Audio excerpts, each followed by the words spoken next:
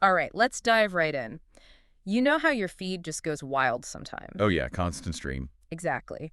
So first up, this amazing nature account posted this picture of an offshore oil rig. It's got like over 9 million views. Wow. And the caption is just, how did they even install this in the middle of the freaking ocean?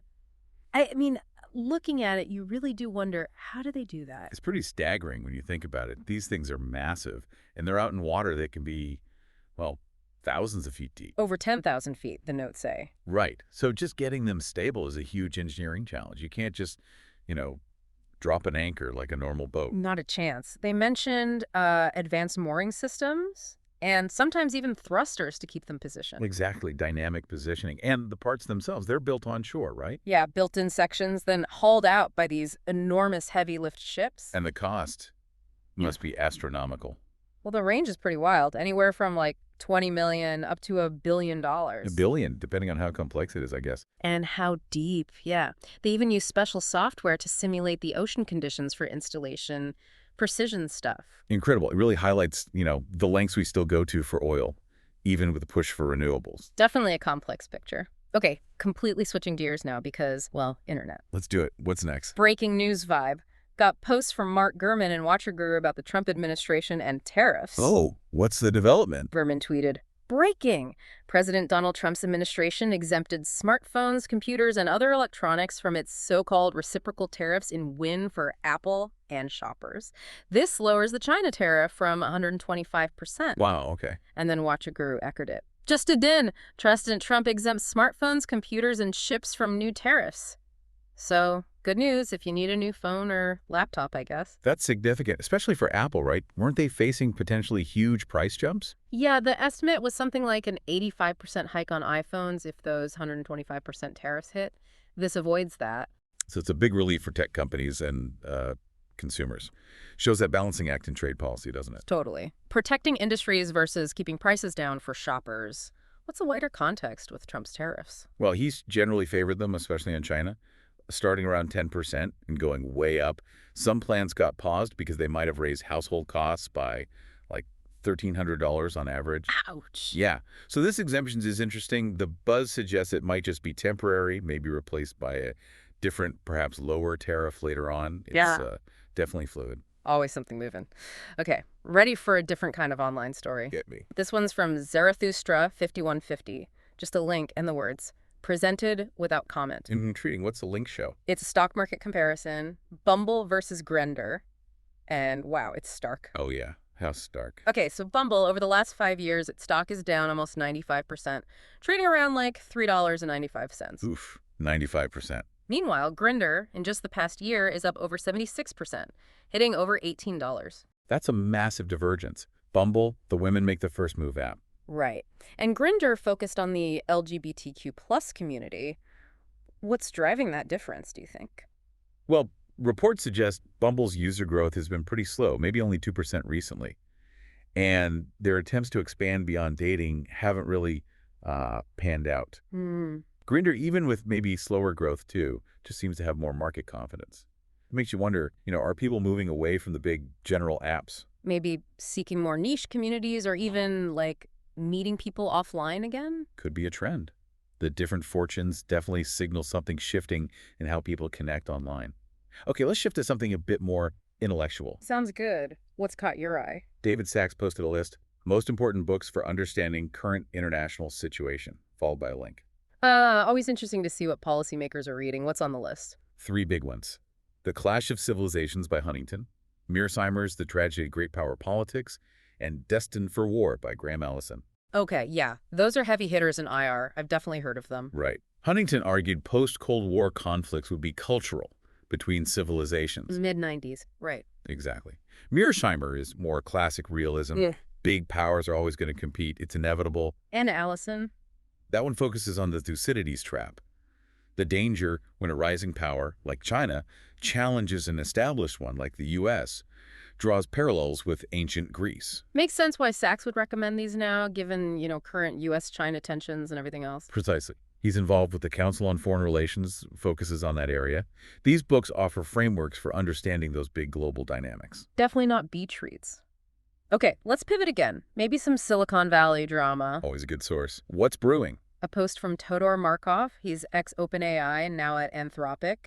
He tweeted, "Today, myself and 11 other former OpenAI employees filed an amicus brief in the Musk v. Altman case." Okay, an amicus brief, a friend of the court filing. What's their angle? He continues, basically saying, they know the promises OpenAI was founded on as a nonprofit, and they're worried those promises about benefiting humanity might get broken with the shift to being more for-profit. The core tension. Nonprofit mission versus the for-profit structure that's part of the whole Musk legal battle. Right. They want the nonprofit side to keep control, essentially, to prioritize public interest over just making money. It's interesting they're filing this independently of Musk's arguments. It's more about the fundamental governance of AI, isn't it?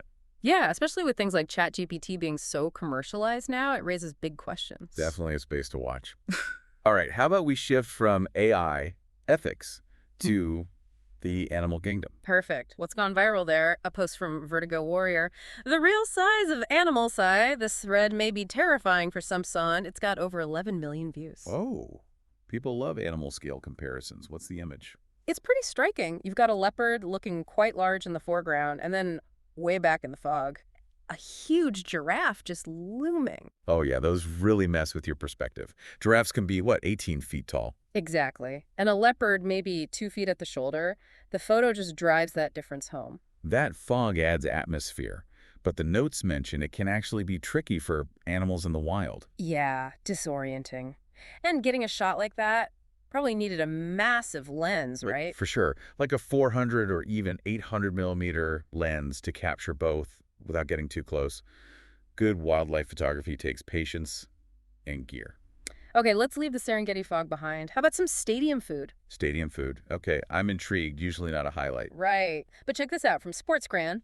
Steak and chips for two at Man City, 14 pounds. Ooh, soo! With a picture. 14 quid for two.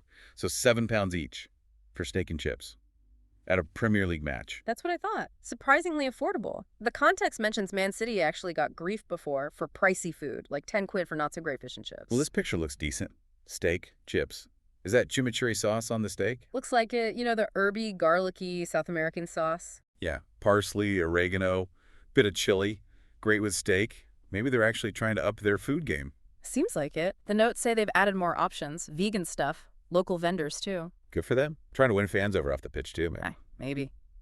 All right, back to the human side of things. Yeah. Got a story about an actor. Oh, yeah. What's the deal? Post from Big Daddy Tyvins says, he played the role so well, it affected him in real life and also destroyed his acting career. With a picture. That sounds rough. Who is it? Jack Gleason. He played Joffrey Baratheon in Game of Thrones. Joffrey. Oh, man. Probably one of the most hated TV villains ever. Just pure sadism. Totally. Everyone despised that character. So how did it affect Gleason? Apparently, people couldn't separate him from the role. He faced real-life hostility just for playing the part so convincingly. That's awful. Yeah, it really impacted his mental health. He actually quit acting back in 2012 when he was still really young to study philosophy and theology instead. Wow. Retired because of a role. Seems like it, yeah. And it's not totally unheard of, apparently. Actors playing really effective villains sometimes cop that kind of backlash. Man, the power of performance, huh? Heavy stuff. Okay, let's switch to health. All right. What's trending in wellness? A post from Vigilant Fox, quite provocative. New W. Joe Rogan guest drops a bomb on statins. 40 million Americans may be taking them for the wrong reason. A bomb on statins. That's a big claim. Who's the guest? Gary Brecka, described as a biohacker, human biologist.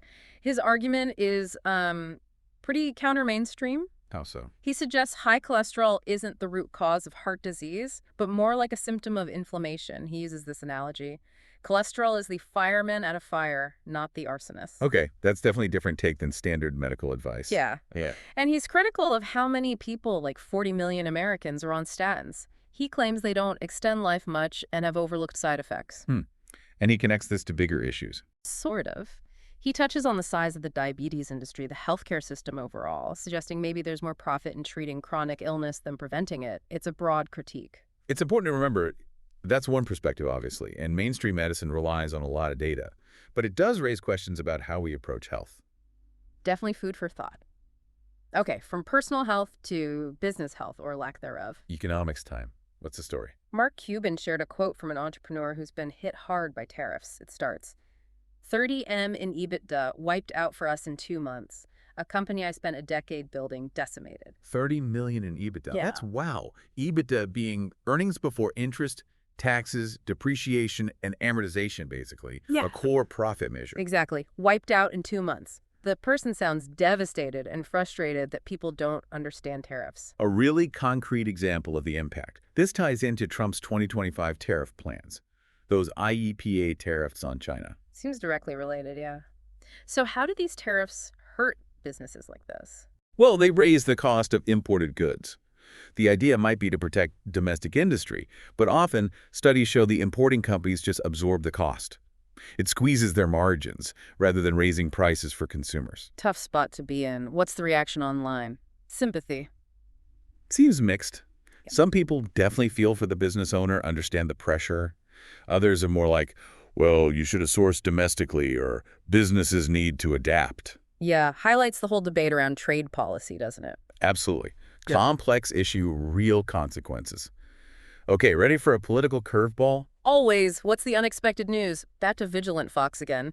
Headline, Bill Maher breaks his silence on his private meeting with President Trump. You won't believe what you're about to hear. Bill Maher met with Trump privately. Given Maher's usual stance, that is surprising. Right. Apparently it was a dinner at the White House back in March. And guess who reportedly arranged it? Who? Kid Rock. Kid Rock arranged a dinner between Bill Maher and Donald Trump. Okay, that's a sentence I didn't expect today. Me neither. So what did they talk about? Iran, Gaza, apparently. Okay, standard topics, but the vibe. This is the kicker. Maher apparently found Trump personally warm, even self-aware, despite their public spats. Self-aware. That contrasts sharply with the usual public persona. Totally. And get this. Ma brought a list of like 60 insults Trump had thrown his way over the years. Oh, And Trump apparently signed it, like laughing about it. wow. That suggests a very different private dynamic. Fascinating glimpse behind the curtain. Definitely adds a layer. Right. Okay, switching lanes again. How's your statistical literacy? Uh-oh, why do you ask? Saw this tweet from Typed Female. What do you think about LESIC is a great litmus test for evaluating someone's statistical literacy? Made me think. LESIC and statistics, how does that work? The idea is deciding on LASIK means weighing benefits against risks.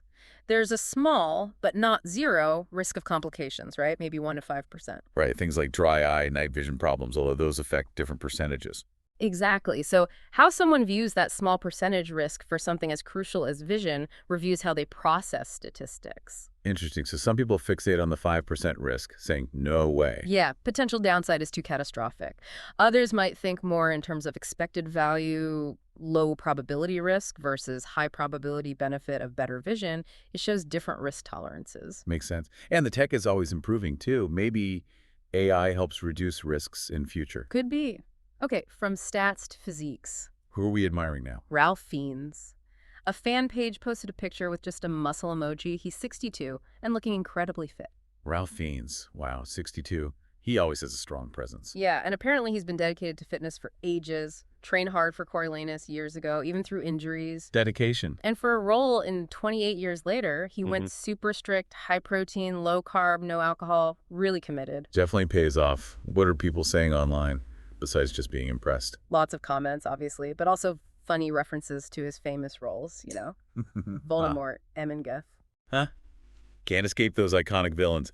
Right, we must be near the end of this rapid-fire round. One more. One last one, ending with some internet humor. Post from Autism Capital. We've never wanted to play a game so badly with an image. Okay, what's the game? It's a spoof of the Age of Empires II cover. You know, the strategy game. Oh yeah, classic. Still popular with the definitive edition. Exactly. But instead of the usual historical figures, this cover has modern political leaders photoshopped onto it. Ah, the political meme treatment. Using familiar game imagery for commentary. Pretty much. It's just funny how gaming culture bleeds into everything online now. Someone in the replies even mentioned the Kikius Maximus meme about Elon Musk. It all connects. Internet culture folding in on itself. Well, that was quite the whirlwind tour of today's online chatter. Definitely covered a lot of ground, from engineering marvels to political dinners and everything in between. Just a snapshot of the daily vibe. Hopefully gives everyone a sense of what's buzzing out there. So as you scroll through your own feeds today, maybe you'll see some of these pop up. Keep the conversation going. Until next time.